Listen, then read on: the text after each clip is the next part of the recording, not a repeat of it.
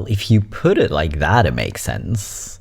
Because literally, how were you supposed to know that was going to happen? Because I guess we're so used to having to mask, or always kind of feeling like we have to, and always like subconsciously like starting to mask around other people. And that it's, you know, like, maybe Sisters in Another Universe was the most obvious explanation in that case, you know? But if you say it like this, it's just obvious. Come on. Hello, Puppy Queers, and welcome back to my channel. It is time for another installment of neurodivergent TikToks, because we love neurodivergent memes, and we love TikToks. So neurodivergent TikToks are just brilliant. But you know the drill. I gotta make sure you're hydrated. So if you don't already have a drink, go grab something now, maybe water or tea or whatever else you like to drink, and then we'll check out some more TikToks. Are you hydrated? Good. Let's continue. Bro, are you sure it's actually ADHD, or are you just procrastinating all the stuff you don't want to do? I mean, I'm procrastinating the stuff that I do want to do. What? Why the hell would you do that? Because there's so many things that I want to do and I can't make up my mind about which one of those things to do, so I just panic and I shut down and then I can't do any of them. Why don't you just make a list? I did. So why don't you use that? Because I lost it? How are you so disorganized? Really? Really? It's almost like some people's neurology just works a little bit different. Wow, that's so strange. And it's almost like they told you about that, but you decided that they just saying it as an excuse, and they're just saying they have ADHD because they're lazy and don't want to do things. That's on you, because that's your assumption that you very wrongly made about people. Because yeah, executive dysfunction, it doesn't just mean you don't do the things you need to do that you don't actually want to do. Like whatever, if you have a child who has ADHD and they don't do that chores, no kid likes doing chores. And you're just gonna be there and assume that they just don't do it because they're lazy or because they want to be disobedient. When in reality, they can't. Same with like doing the homework. And then it doesn't actually get better as an adult, because literally, has anyone ever actually grown out of it? It seems like such a myth, because most people seem to feel like their ADHD just gets worse when they grow up. Because probably just like way more noticeable, right? Because there are like more expectations and more things you need to do and have to keep organized. So then it starts to really be noticeable if you can't. You know, but maybe don't be a judgmental dickhead and try to say the most obvious things like, oh, have you tried making a list? Well, no, I haven't thought about that before. Wow, thank you so much for your help. My God.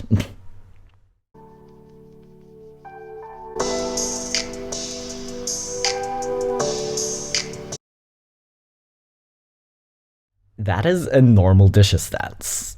Come on. Also, just like standing, like, do people actually stand straight? Because I always like kind of stand like a flamingo on like one leg, usually.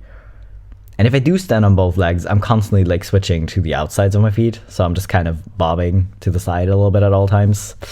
You know, like who actually stands normally? Who does that?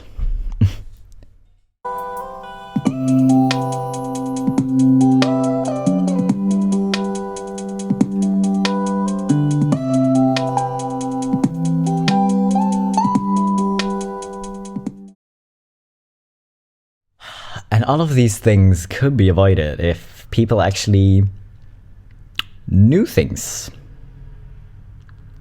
about neurodivergent people, because then you know that just because someone doesn't look at you while you're talking to them and while they're talking to you doesn't actually mean they're not listening.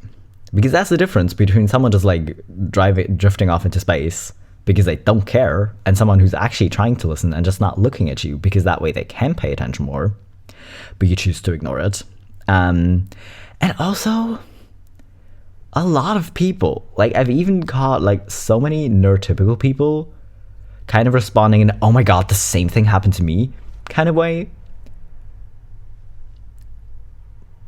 So I don't see why people even come for it in the first place, because obviously you want to describe something to tell the other person that you can relate.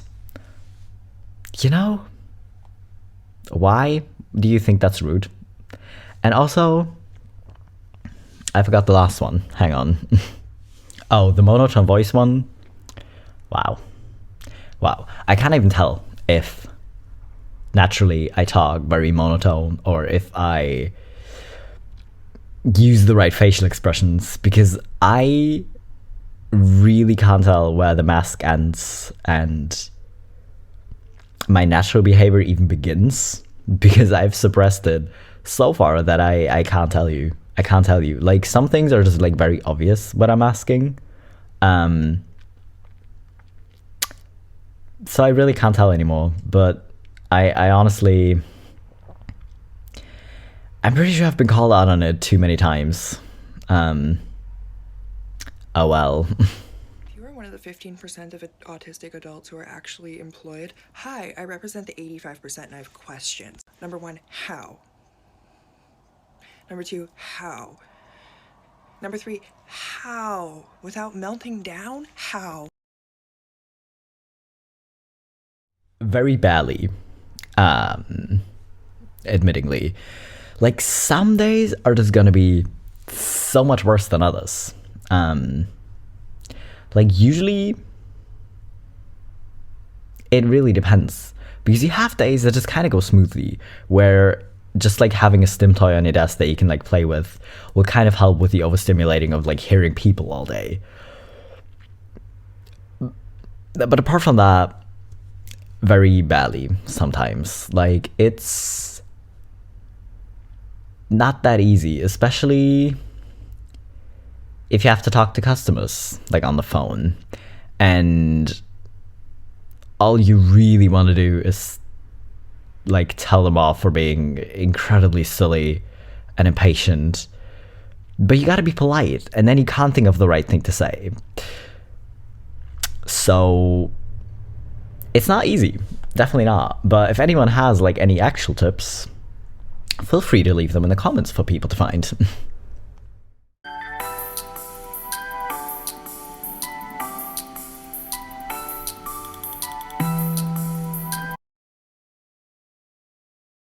Yeah, I don't see how people want to say shit like this and be like, oh, you don't act autistic, but then also bully and discriminate against anyone who does show their autism, or just show straight that you think are weird or like socially unacceptable. You can't have it both ways. You can either be mad that people say they're autistic and you don't think they are because they don't seem autistic, but then you also gotta come for people who bully autistic people and teach your children not to be assholes, because let's face it, the school is where it starts, literally, because a lot of schools teachers don't care and children are just gonna be really rude and bully other kids for being the weird kid. So, you know, you can either do that. I mean, honestly, you should probably just mind your business. Shouldn't you? Like, honestly, why do you care? Like, why does it matter to you? Literally.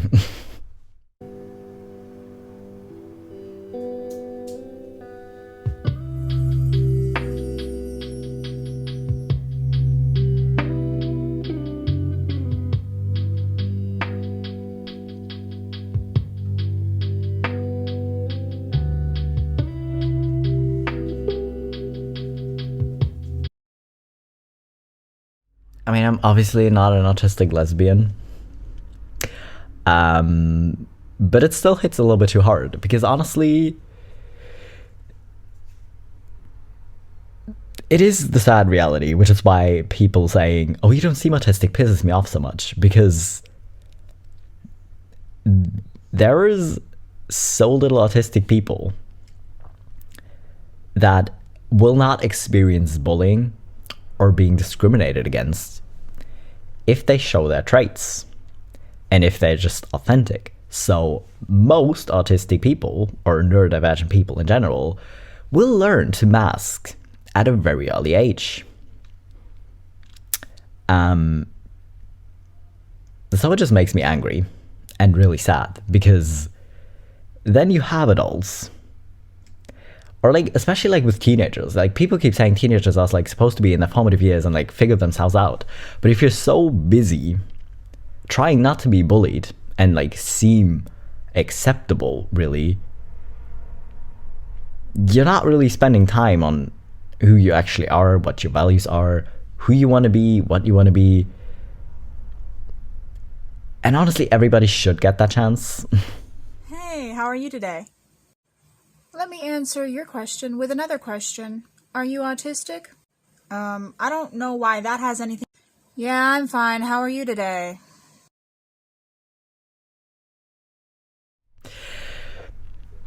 Yeah, but maybe make eye contact while saying it, because otherwise they're gonna think you're mad at them because you're not looking at them. Literally, I can promise you that if I look at you, I'm gonna be paying less attention. So, but fair. Yeah, that is a fair answer, because most people don't want an honest answer. They just want to make small talk to seem polite. Oh well. Ooh, the rain's really coming down. Let me put on my windshield wipers. Much better. Whoa. What? Your windshield wipers. I didn't know they could do that. They're just going automatically. Yeah, my car doesn't have that. Your car doesn't have an automatic windshield wiper setting? No, it only wipes it once. So you have to press the switch every time you need to wipe it once? Yeah, it gets really difficult sometimes. Yeah, what about when it's raining super hard? If it's raining super hard, I just have to park somewhere and wait until the rain stops. I don't even think about it.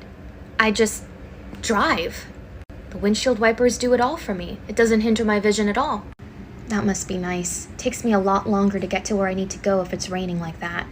I mean, sometimes I do push through, but I've gotten in car accidents before because of it.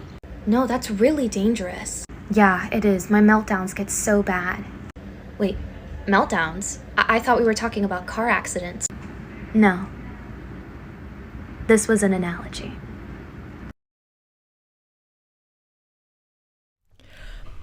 I keep saying analogies work best with things people can actually relate to. And a lot of adults have a driver's license and know what it's like. And this analogy is just still fair, because sure, you can push through, but it's probably gonna have very detrimental effects on your health. And you really shouldn't, and logically people know you shouldn't. But if it's windshield wipers, people are well, no, obviously, and are very understanding about it. But since they usually just think you're overreacting and just think you can push through and that you're just being like a brat or overly sensitive, they stop being that sensitive. So honestly, maybe hit them with a windshield wiper, take it off your car, smack them with it, and put it back on. Just an idea. Don't actually do it, please. Don't take me serious when I say shit like that. Come on.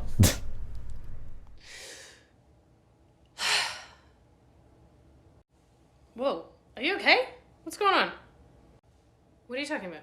I'm fine. You just sighed so heavily. Are you okay? Are you upset? Are you mad at me? Like what's going on, mate? No. Oh my gosh, no. I forgot to breathe. I just had to manually breathe for a second. No, that wasn't a sigh. I was dying a little bit.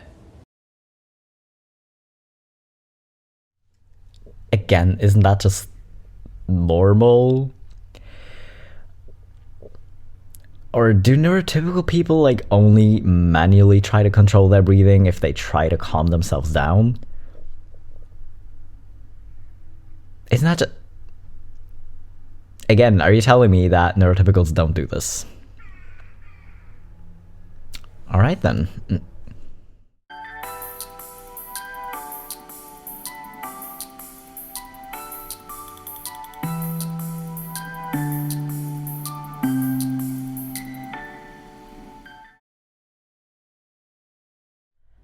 oh well.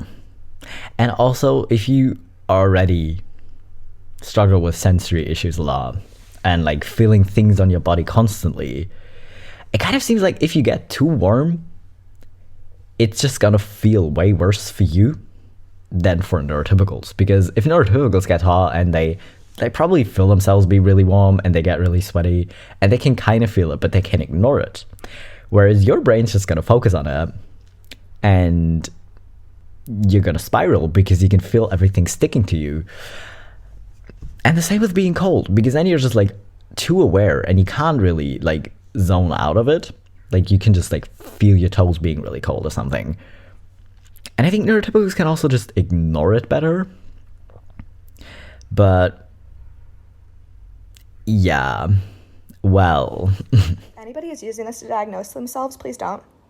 But I have been diagnosed, and I'm sure that my Adderall has fixed whatever the problem is.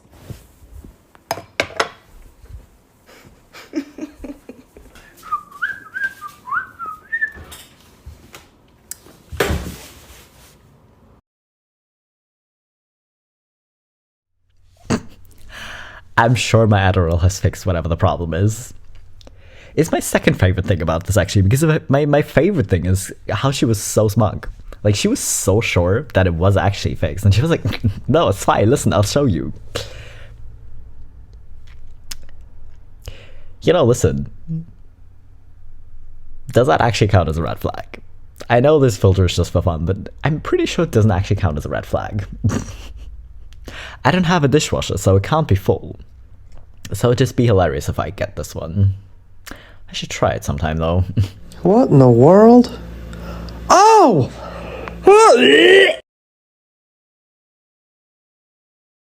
That's why I don't wear rings. Because I can feel them.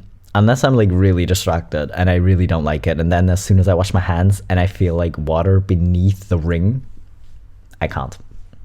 I won't. I don't wear rings. I know. Like necklaces are somehow usually fine unless I'm like wearing a hoodie and I can feel it because it's like between the hoodie and my neck. Worst thing ever.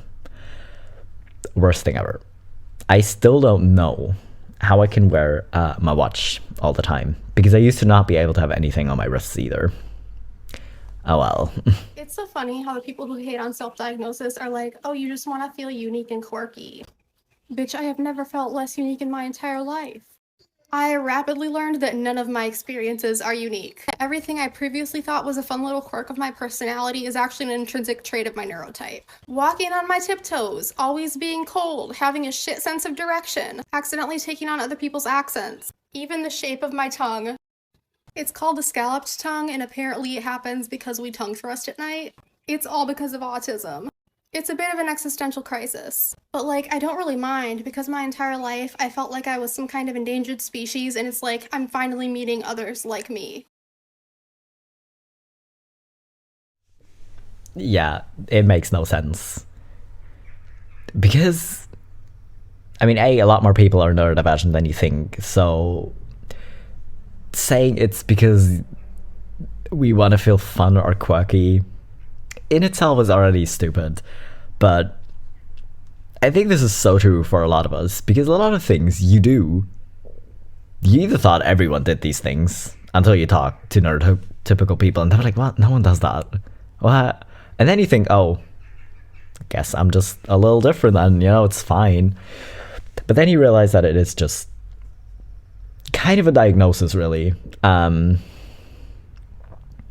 it's fine, And honestly, I mean, to be fair, I know we get mad at it, and I know we make fun of neurotypicals for all the shit they say about, like, neurodivergence without having any idea of what they're talking about, but, at the end of the day, it really doesn't matter what they say.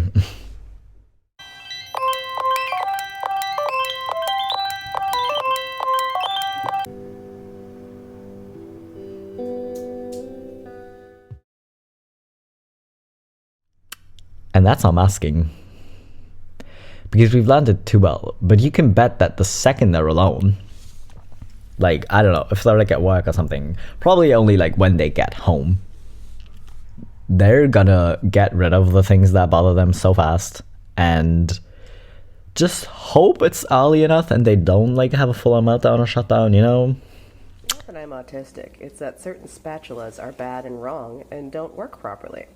And it's normal to feel a degree of absolute bone-chilling rage over that.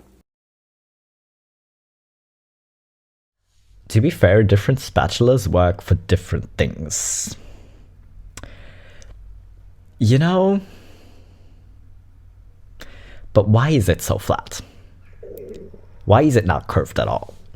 That's weird. It's definitely the wrong spatula for fried eggs. And the fact that you're trying to do it with a spatula does make me mad. I'm not gonna lie, it kind of makes me mad. A surprising turn on. Do I even have one? Is any of this a surprise? That's not surprising, I'm autistic. Okay. Ceiling light bad. If there's one thing you're gonna get like most, if not all, autistic people to agree on, it's probably that ceiling lights are bad.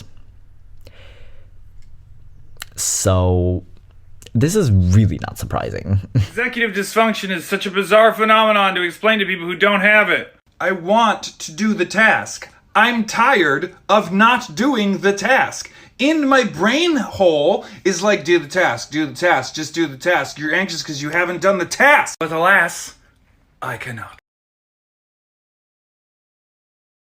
And from the outside, it just looks like you're just being lazy and on your phone. I don't know what's more frustrating, dealing with executive dysfunction or dealing with other people's comments about it. Because they think you're just being lazy. Probably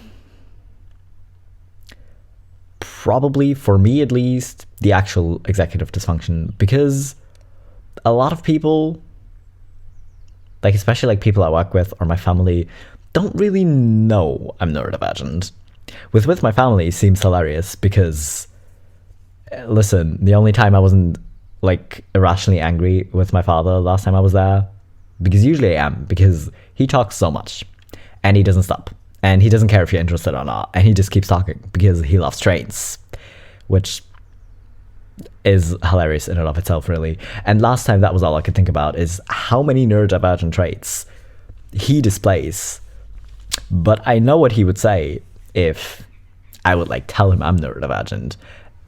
Because he would say all these things without realizing that he's actually also quite probably not that neurotypical. And that's all I could think about, and that was hilarious. But I feel like if a lot of your, I don't know, like relatives or like people at work know you're neurodivergent, they're gonna think it's an excuse. So if that's the case, you're probably gonna be more frustrated with other people than the actual executive dysfunction, but both is frustrating. Babe, you got a package delivered. Oh my god, oh my god, oh my god, oh my god, oh my god. What is it? I don't remember, that's what's so exciting. Oh my god, it's my sock. How many pairs have you bought? I've bought 20 pairs of the same sock. I've actually thrown away all of my other socks so I can exclusively wear these. Okay, no, but those socks are kind of cute. And also the impulse to just throw everything else away because you're so obsessed with these socks that you don't think you're ever going to wear the other ones again. Fair. You better hope the seams are right on these ones though. Please tell me you checked very carefully. Because you don't want to accidentally have the seams that are bad and then you've thrown away all the other socks. But honestly, I can't be the only one. Like, I'm definitely not the only one. Because if you order like multiple things and then you forget, like if you only ordered one thing, it's usually fine because usually you're like very excited about it. Or at least that's the case for me, because I'm like, okay, I know I ordered socks. I'm really excited for these socks. I love these socks. When are they finally going to be here? And then I'm just impatient. But then if I order like multiple things, I get so confused. And then I think I have everything, and then another package comes, and I'm like, wait, what is that? What? I didn't order anything. But then I was like, oh no, I did. And then I get excited about it again. Oh well. One of the most embarrassing parts of my autism is the difficulties that it creates around hygiene. I used to think I just didn't like showers, but it turns out I don't like the sensory sensation of being comfortably dry, wet, and then cold. Autism. So recently I've been wanting to make this shift because I also get a sensory ick when I don't feel perfectly clean, which means I want to be showering every day, but the sensory issues make it so that it's very hard for me to shower every day. So I kind of constantly live in a state of just like, ugh. So here are some things I have done to make showering a little bit easier. Firstly, the lighting in here is atrocious, and so I bought these. When it comes to the cold sensation before and after showering, I make sure I have my slippers nearby, and I also have my bathrobe. Something I recently purchased is a shower cap for the days that I don't actually have to wash my hair, but I still need to shower. Do these things fix the fact that I have sensory issues? No. This right now, this moment is the worst part. Yeah. I'm really glad she talked about it. And I know a lot of people have, because it's probably things we don't want to talk about, because it's the thing you kind of logically know most people, or like at least judgmental people, will definitely like try to shame you for, to be like, okay, but that's gross, and just shower. Because it's the same with people who just suffer with depression and therefore don't shower like often enough. Really, they know they don't, but trust me, they don't have the energy for it. And people who don't understand depression also come for those people for having like poor hygiene, and then they would also come for autistic people. But yes,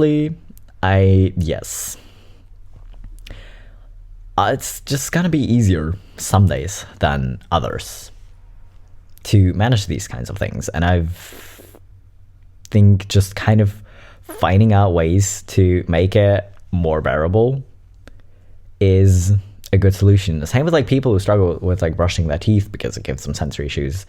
Finding the right toothbrush, or the right kind of toothbrush and the right kind of toothpaste, can really help. You know, because it's going to be different for everyone. I can't just like generally say something, obviously, but very that. So y'all let other women hug your man, your husband, your significant other around the neck? No neck hugs indicates neurotypical attraction. Apparently. Did y'all know that? I didn't. How long is this list you're keeping? Like, which notebook are you on? Because it seems like you're writing in a notebook. Which notebook are you on? Because none of these make sense. And honestly, I think a big part of the reason I don't understand relationships is because neurotypical people are very specific a lot of the time about their relationships and what they think is normal. And then they think everyone should do these things in their relationships, which is the weird part. Because it's your relationship. Like, you and your partner get to decide what you do and what you don't. But this just seems weird. This just seems weird. What?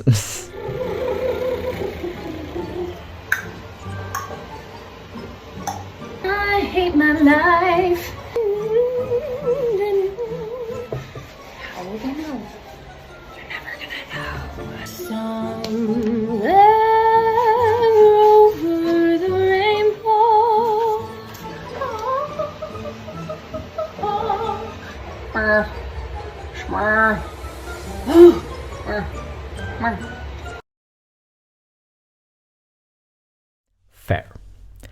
Fair.